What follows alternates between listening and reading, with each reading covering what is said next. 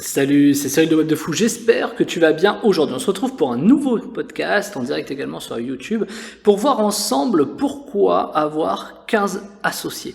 Tu vois, dans ce podcast, je vais t'expliquer plusieurs choses. Pourquoi j'ai choisi de passer de 25 salariés à 15 associés et 0 salariés. Pourquoi j'ai choisi finalement 15 salariés, par rapport à quoi, comment est-ce que je gère ça au quotidien et comment ça se passe. On va voir ça tout de suite dans ce podcast, ok? Avant ça, tu connais le truc, tu cliques sur le bouton s'abonner, tu vas dans la description, il y a un lien, ça s'appelle rejoins mes contacts privés. Tu cliques dessus, tu mets ton email et tous les matins, tu reçois un podcast à forte valeur ajoutée avec des informations qui vont changer ta vie et ton business, crois-moi. Également, dans la description, tu trouveras le lien vers le groupe Telegram. Alors, le groupe Telegram, c'est un endroit où je te partage un peu tout ce que je fais sur Web de Fou, des pensées diverses, économiques, politiques, même, alors pas trop de politique, on fait gaffe, mais tout ce qui est lié à l'emploi en France ou à l'étranger, l'expatriation, mais surtout business en ligne, le marketing et un peu mes business, grosso modo, qu'est-ce que je fais, où j'en suis, voilà, un peu des pensées, on va dire, au fur et à mesure du temps. Ok? Allez, sur ce, on y va pour le podcast, on va voir pourquoi j'ai 15 associés, let's go. Alors, 15 associés, ça peut paraître beaucoup, ou peut-être pas beaucoup, je ne sais pas, mais déjà je vais t'expliquer. À une époque, je me suis retrouvé avec 25 salariés et 25 prestats full-time, peut-être un peu moins des deux, je sais plus exactement, c'était un chiffre que je m'étais donné à l'époque. Et finalement, c'était très bien, mais j'avais plus de vie. Je me suis retrouvé avec des salariés, des prestats full-time, quel enfer. Quel enfer, et vraiment j'ai vécu cet enfer pendant des années. Et je me suis dit, bon, bah c'est très bien. Je suis vachement monté en chiffre d'affaires, j'ai beaucoup de clients, alors à l'époque c'était beaucoup d'emails aussi, il s'est passé beaucoup de choses, tu vois. Mais en vérité, moi les salariés, ça m'a un peu énervé, parce que je vais t'expliquer la réflexion que je me suis faite un jour où un salarié m'a donné des acouphènes, m'a donné limite une tachycardie, c'est quand le cœur s'accélère et tout. Je me suis fait cette réflexion, je me suis dit, mais je peux pas passer autant de temps à gérer les gens et être épuisé le soir. Imagine demain, si j'ai un gamin, comment est-ce que je vais faire pour donner mon énergie encore le soir? Mon énergie était vraiment vampirisée par les salariés, tout au long de la journée, du matin au soir. Alors j'aimais bien ça, parce que j'aidais les gens, je suis quelqu'un qui aide pas mal, je suis très participatif, j'ai un management très participatif, donc en plus je fais les choses avec les gens, je suis humain, donc grosso modo, bah, je fais attention quand ils ont des problèmes, des machins. Puis évidemment, bah, il y en a, toi t'es un patron, donc il y en a, ils abusent, etc. Tu fais gaffe, il faut avoir plein d'infos pour pas... Enfin, en gros, c'est une guerre continuelle qui est totalement inutile, et dans laquelle finalement je me sentais plus trop à l'aise. Donc ce qui s'est passé, c'est que en vérité j'ai eu ma fille. Et en ayant ma fille, je me suis rendu compte que mon associé de l'époque n'était pas forcément ultra réactif dans ce que je souhaitais. À ce moment-là, j'avais besoin de beaucoup de choses à ce moment-là, il pouvait pas me les donner, et je me suis dit, putain, en fait j'ai bossé, j'ai recruté des gens, j'ai des associés, on a 50 personnes et tout, et finalement quand moi j'ai besoin d'un truc, ça va pas quoi. Et donc du coup ça m'a fait un petit déclic, je me suis dit, ok, dans 5 ans, t'es au même endroit, dans 10 ans, ok, combien de temps encore? Qu'est-ce que tu changerais aujourd'hui, etc. Et finalement, j'ai un peu tout déconstruit. Je me suis expatrié au milieu, et j'ai un peu tout déconstruit. Quand je dis déconstruit, c'est que finalement, j'ai laissé les salariés autonomes, comme ils le souhaitaient. Et finalement, ils ont tous commencé à couler, petit à petit, parce qu'il n'y avait plus la valeur que j'apportais. Tu sais, les mêmes salariés qui disaient « Ouais, si je suis plus là, ta boîte, elle marchera plus », mécaniquement oui, mais factuellement non. C'est-à-dire en effet, les salariés ont commencé de plus en plus à faire de moins en moins, et à en faire de moins en moins, et faire de moins en moins de chiffre d'affaires. Tout le monde faisait un peu à sa guise, moi j'ai laissé un peu le truc comme ça, et je suis parti à la recherche en fait de partenaires et d'associés. Pourquoi? Parce que je me suis dit mécaniquement, le problème du salarié, c'est pas le salarié. Déjà c'est moi le fait que moi je sois humain, et le fait que en étant trop humain, un salarié va en abuser, comme un patron va un peu abuser de sa position à certains moments, tu vois. Donc quelque part c'est très logique, c'est des jeux de pouvoir, et c'est normal, je pense pas que ça change. Bon, et du coup, il y a un truc que j'ai appris, mais c'est une leçon qui paraît très bête, qui va être très très simple, tu vois, ça tient en un mot, mais qui fait la différence, c'est la responsabilisation. La responsabilité, mais je dirais la responsabilisation, je m'explique. J'ai rencontré des gens avec qui je me suis associé, j'ai tenté, et je me suis rendu compte qu'en fait, ils étaient l'incarnation de ce que je souhaitais en termes d'associés. Pourquoi? Parce qu'en fait, c'est des gens qui étaient responsables de ce qu'ils faisaient. Alors que moi, j'étais dans une boîte où en fait, c'est moi qui tirais tout le monde vers le haut, qui essayait, qui devait toujours faire de la R&D pour avoir des nouveaux produits, etc. Et ça montait comme un Ponzi, c'est-à-dire ça montait, il y avait toujours plus de taf, toujours plus de gens, toujours plus d'argent, etc. à réinvestir, investir. Mais en fait, quelque part, je crois que j'étais pas le seul, mais j'étais quasiment le seul vraiment à être concerné 12 heures par jour, quoi. Même les salariés s'en foutaient, mon associé il avait d'autres projets, d'autres trucs, il essayait de faire des trucs, bon, rien contre mon associé à l'époque, mais j'étais le seul vraiment concerné, quoi. Et ça m'a fait une petite claque quand j'ai réalisé ça. Et donc en fait je me suis dit, technique de Louis XIV, diviser pour mieux régner, je me suis dit, je sépare tout ce que je fais de ma vie, c'est-à-dire j'oublie mon taf, j'oublie mes produits, j'oublie mes associés, et je sépare tous mes produits, tous mes services, tous mes fonctionnements, je les catégorise en sous-tâches, et je mets des associés dans ces tâches. Je donne un exemple tout bête.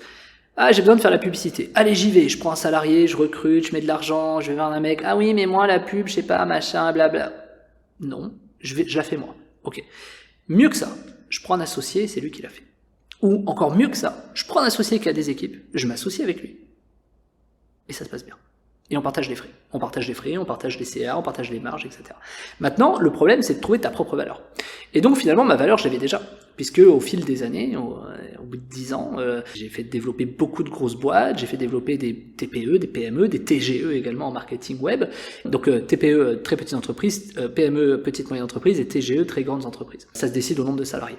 Et donc, pour toutes ces boîtes, en fait, je me suis rendu compte qu'à chaque fois, ça marchait quand je proposais des choses. À partir du moment où on m'écoutait, alors je suis pas devin, et je me suis planté aussi, mais fondamentalement, 90%, j'y suis arrivé, quoi. 9 fois sur 10, ça marchait. Et la solution, elle était très simple, en vérité. Il fallait juste que j'ai des gens qui me libèrent des tâches productives, et donc il me fallait des associés qui aient des boîtes liées à ces tâches productives. Je te donne un exemple. La publicité, je pense, c'est le meilleur exemple. Tu as besoin de publicité pour récolter des emails. Et tu as besoin d'envoyer des emails. Pour envoyer des emails, tu peux les envoyer sur de l'affiliation, mais tu prends des commissions, ou alors tu envoies des emails à tes propres produits. Donc en gros, rien que là, j'ai un associé pour de la publicité, un associé pour de l'email et un associé pour les infoproduits et les créations de produits. Et donc finalement, moi je pilote, c'est-à-dire qu'en fait là où je suis très bon, c'est donner des idées, mettre en place des stratégies et développer finalement les images et la croissance au sein des entreprises. Mais par contre le done for you, c'est-à-dire le faire, je sais faire, mais en fait si je le fais, je me fais bouffer mon temps par les gens. Donc je vais laisser faire les gens qui sont mieux que moi, et à partir du moment où j'ai mis ça en place, je me suis retrouvé finalement à avoir une partie productive qui a été très très déléguée, et finalement à me retrouver une soupape d'air pour me donner de plus en plus d'idées, et donc aller chercher de plus en plus d'associés. Et donc finalement, ma vraie valeur, elle a été là-dedans, et quand j'ai commencé à m'émanciper de ce côté productif, non pas en déléguant, attention, mais en partageant ce que je faisais avec des associés qui se sentaient responsables, qui avaient leur responsabilité sur leur métier et sur le mien, finalement on a pu développer des choses. Un peu comme des gens qui se mettent dans un comité de direction et qui décident un peu de ce qui se passe. C'était un peu l'idée. Mais un comité de direction qui est quand même dans l'opérationnel stratégique, c'est-à-dire qui décide des stratégies, qui connaît les bonnes choses. Tu vois, aujourd'hui par exemple dans l'email, je peux très bien analyser un tableau et voir en 1 minute ce que les mecs ne verront jamais en 1 an. Tu vois. Et ça a une valeur de dingue. Dans la publicité, c'est pareil. Moi je regarde des publicités, c'est comme l'email en fait, c'est des statistiques. Je vois des trucs que personne ne voit, des équipes qui font ça depuis 5-7 ans. Moi j'arrive, je dis faut changer ça, mettre ça, ça, ça. Et en fait, en 2 minutes, je fais x2 de CA si les mecs appliquent ce que je dis. Et donc, avant, la différence, c'est que c'est moi qui, non seulement avait l'idée, analysait, avait l'idée et le faisais. Donc, le plus dur a été de trouver 15 associés. 15 associés, c'est très très dur à trouver. Alors 15 associés, tu te doutes bien, donc il y a eu 15 grosses tâches dans ma vie que j'ai partagées avec des gens. Et aujourd'hui, finalement, je suis plus trop sur la partie opérationnelle, parce qu'au début, je me suis planté, j'ai pris des prestataires, ou j'ai pris des indépendants qui avaient ce savoir-faire. Tu vois, par exemple, je vais donner l'exemple d'un développeur. Moi, j'aurais été capable de m'associer avec un développeur, jusqu'à ce que je comprenne qu'il fallait que je m'associe avec une boîte de développement. Et la différence, elle est très simple. Un développeur, tu vas quand même être dans l'opérationnel. Il va faire le truc, le machin, c'est lui qui va créer le code, mais il va te demander des RU, des machins, des trucs et tout. Une boîte de développement, ils ont déjà des mecs qui font des RU, déjà des mecs qui ont des machins. Le seul truc que tu as apporté, c'est finalement une sorte de pilotage d'activités qu'ils ont, apporter finalement les idées dans chaque projet, faire des réunions peut-être 4 heures par semaine, une fois le lundi, tu vois, de 4 heures de l'ensemble des projets et de dire, bah ouais, génial, on peut faire ça ici, là oui, bah pourquoi là on n'a pas fait ça, etc. Parce qu'en fait, t'es tellement extirpé du truc que le bon sens, mon Dieu, le bon sens, c'est quelque chose qui fait toute la différence, à tout niveau, dans le marketing, dans la gestion d'entreprise, dans la stratégie, etc. Et donc, à partir du moment où je me suis retrouvé finalement à comprendre cette logique, je n'ai pas besoin d'un gars qui fait des shoots email, j'ai besoin d'un gars qui sache se responsabiliser sur l'emailing au niveau des dangers et des conséquences, et qui puisse piloter des gens de sorte à ce que lui-même puisse s'extirper du sujet et avoir une équipe qui pilote. Ça peut être l'email, mais ça peut être plein de choses, ça peut être les infoproduits, ça peut être le SEO, ça peut être plein de choses. Le seul truc que j'ai pas délégué aujourd'hui, le seul truc qui se passe, c'est ça, c'est ce que tu es en train d'écouter ou de regarder sur YouTube, c'est Web de Fou. Web de Fou, je suis toujours seul à la barque, et quoique maintenant j'ai un bras droit qui m'aide un peu, mais je suis celui qui crée les contenus, je suis celui qui fait les tunnels, je suis celui qui market, je suis celui qui choisit de faire de l'acquisition ou non. Et Web de Fou, c'est quelque chose que je souhaite garder pour une raison raison très simple de cette façon-là, c'est parce que je veux mon espace de liberté et de kiff, tu vois. J'aime bien faire des packs, j'aime bien faire des formations, j'aime bien faire du contenu comme ça, c'est un truc que vraiment j'adore. Et c'est quelque chose que je souhaite garder au plus profond de moi, c'est cet espace de liberté et d'expression, tu vois. Et donc si en plus je grossis trop sur Web de Fou, le problème c'est que j'aurai moins de liberté d'expression, et ça va me saouler un peu plus. Donc en fait finalement l'audience t'amène à lisser finalement ta communication, et c'est quelque chose que je souhaite pas. Donc le jour où Web de Fou prend trop d'ampleur, je pense que je squeezerai Web de Fou, et que je passerai sur un autre truc où il y aura moins de gens, voilà.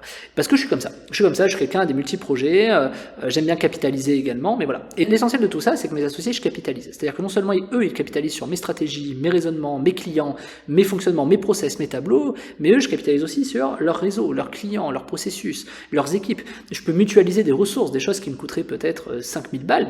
L'histoire de l'agence de développement, je suis pas associé dans une agence de développement, mais je pourrais demander à développer un truc gratuitement, tu vois, plutôt que de payer, comme je disais hier, 5000 balles le développeur, tu vois. Donc finalement, c'est des coûts économisés, c'est de l'argent et des bénéfices gagnés. Le plus dur, c'est de trouver les bonnes personnes qui te correspondent. Il n'y a pas, tu vois, mon associé, ça se trouve, il te correspond pas, tu vois. Mais le plus dur, c'est de trouver les associés qui correspondent au projet que ça qui donne, et que lui, au sein de son développement personnel, ne soit pas enclin à aller sur des projets dans lesquels tu es avec d'autres associés. Exemple, si mes associés sur la pub souhaitent faire de l'emailing, ça va être problématique. Si mes associés emailers souhaitent faire de la pub, ça va être problématique. Et moi, mon rêve à moi, mon kiff à moi, c'est d'avoir une sorte de conglomérat. Alors je t'explique, c'est que tous mes associés se réunissent sur une seule boîte. Malheureusement, c'est impossible pour plein de raisons, mais ce serait mon rêve. Et qu'on puisse proposer finalement la vision de 300... Si tous mes associés aujourd'hui étaient dans une boîte, c'est-à-dire dans une société, et qu'on proposait tous, à notre niveau, les services dans lesquels on est très bon, je pense qu'on défoncerait le marché mondial. Ils sont vraiment tous très bons dans chaque point. Moi en email particulièrement, les mecs en pub c'est des machines, les gars en consulting, enfin mes équipes de consulting, j'en ai 2, sont des machines, mes associés de contractuels, d'avocats et tout sont des machines de guerre, mon associé de promotion immobilière il est très bien, etc. Et d'ailleurs ce qui m'en vient à me dire comment est-ce qu'on choisit les associés, et bien les associés on les choisit via en fait des valeurs. Tu vois, il y en a beaucoup, il y a quelque chose dont j'aimerais dire très rapidement un mot, c'est que beaucoup s'associent pour des compétences. Et tu vois, c'est un peu ce que j'ai dit avec le développeur ou la boîte de développement. Moi, je m'associe pas avec des compétences. C'est pas important. Les compétences, ça s'achète, ça se monnaie, tu vois. Par exemple, un développeur, ça se paye. Tu vois, un projet, un site, ça se paye. En vérité, t'as pas besoin de t'associer pour ça. Par contre, un profil, une éthique, de la bienveillance, du bon sens, du pragmatisme, ça s'achète pas. Voilà. Donc quand tu trouves des gens comme ça, c'est intéressant de les garder. Et moi, je m'associe avec des profils plutôt que des compétences, parce qu'avec un profil avec lequel je vais m'associer, on recrutera des compétences. Et le plus dur au début, le plus gros enjeu pour moi, en ayant des associés, c'est de trouver les gens qui comprennent la différence entre profil et compétences. Parce que très souvent, on a envie de s'associer avec des gens pour des compétences. En vérité, les compétences, on s'en fout, tout le monde peut avoir des compétences, tu l'apprends, c'est ce que je disais aussi, tu peux apprendre des compétences, tu peux apprendre des choses, c'est bien, mais fondamentalement, les apprendre et les faire, ta vie est bouffée, t'as plus le temps. Donc, finalement, les compétences, c'est bien pour approfondir des sujets, si ça te fait kiffer, moi j'adore apprendre des choses, j'adore, je continuerai à apprendre plein de trucs, tu vois, mais tu peux pas les faire tout le temps, il te faut des gens pour ça. Et finalement, les faire, t'as pas besoin de t'associer. T'as besoin d'avoir un mec qui est dans la même éthique, qui est dans la même vision que toi, qui te correspond tout en étant complémentaire, mais sans forcément mettre les mains dans le cambouis. Alors, il peut mettre les mains dans le cambouis, j'ai des associés qui sont 100% dédiés au projet dans lequel on est. Moi, ils savent, et c'est le deal que je suis pas 100% dédié dessus, et je suis à 50-50 quasiment avec tous mes associés, et ça me convient très très bien. Parce que c'est parfait. Moi, je peux apporter plein de choses, ils peuvent apporter plein de choses, et finalement, c'est plutôt l'apport qu'on fait les uns envers les autres, que ce soit, mais même en mindset, même limite, il y a des associés, c'est limite du coaching, tu vois, que je leur fais, de l'accompagnement dans leur boîte, finalement, tu vois, je suis limite, ça dépend, en fait, des formes de relations que j'ai, mais finalement, c'est surtout des profils, moi, qui m'intéressent, et en fonction des contextes de vie. Parce que, par exemple, ce que je recherche aujourd'hui, c'est peut-être pas ce que je recherchais en 3 ans, mais finalement, rien n'est fixe et tout est évolutif. Et idem pour eux. Et je sais très bien que sur la masse, sur 20 associés, j'en aurai bien 2 qui vont me la mettre à l'envers, mais c'est ok, c'est à moi de faire attention, etc. Alors qu'à l'époque, avec un associé et 25 salariés, en gros, si mon associé me la foutait à l'envers, j'étais mal, quoi. Ou autre, si mes salariés me foutaient à l'envers, j'étais mal aussi. Donc en fait, on a l'impression que le nombre fait la diversification, mais en fait non. Et je vais vous dire sincèrement, mon avis personnel, c'est qu'avoir des multiservices et des multisociétés, c'est un vrai sujet de pérennité qui me permet aujourd'hui d'avoir des revenus passifs qui sont énormes, qui sont vraiment énorme, que d'ailleurs je te partage dans le club privé qui est le produit de la semaine, dans lequel je te partage justement tous mes business, qu'est-ce que je fais, pourquoi je prends les décisions, combien d'argent je fais, est-ce que j'ai eu un bon mois, un mauvais mois, je te partage les chiffres, je te partage tellement de choses, je te partage tout en fait, tu vois, quand j'achète un terrain, je te montre le prix, je te montre où est-ce qu'il est, qu'est-ce que je vais faire dessus, où est-ce qu'on en est avec mon architecte, par exemple, pour la promotion. Pour l'emailing, je vais te montrer qu'est-ce que j'ai fait aujourd'hui ou cette semaine pour telles et telles actions, pourquoi est-ce qu'on a fait ces choix stratégiques. Je vais te raconter également des rendez-vous que j'ai. Alors, je garde la confidentialité de mes clients, bien entendu, mais je vais expliquer, voilà, on a abordé ça comme notion, ce qui est intéressant, c'est qu'on voit ça, et ce qui est hyper important dans ce club, c'est que je veux que tu comprennes que la valeur de ce club, je vais pas te dire, ouais, il y a tous les entrepreneurs millionnaires, parce que clairement, il y en a, il y en aura, mais c'est pas ça la valeur. Ça va être intéressant d'avoir cette valeur, bien sûr, mais en vérité, je m'en fous des millionnaires, ou t'es au SMIC, t'es millionnaire, j'ai rien à voir, franchement, j'ai rien à foutre. Alors c'est intéressant si on peut développer des bises, mais c'est tout, quoi. En vérité, ce club, moi, il me permet 3 choses. La première, c'est mettre une sorte d'archivage de ce que je fais au quotidien. Parce que ça fait 15 ans. T'imagines si j'avais archivé pendant 15 ans, mes 15 dernières années de business, la folie. Ce serait dingue. Et que je pourrais probablement montrer plus dans 10 ans à des gens avec qui je ferais du consulting, avec qui je sais pas, tu vois.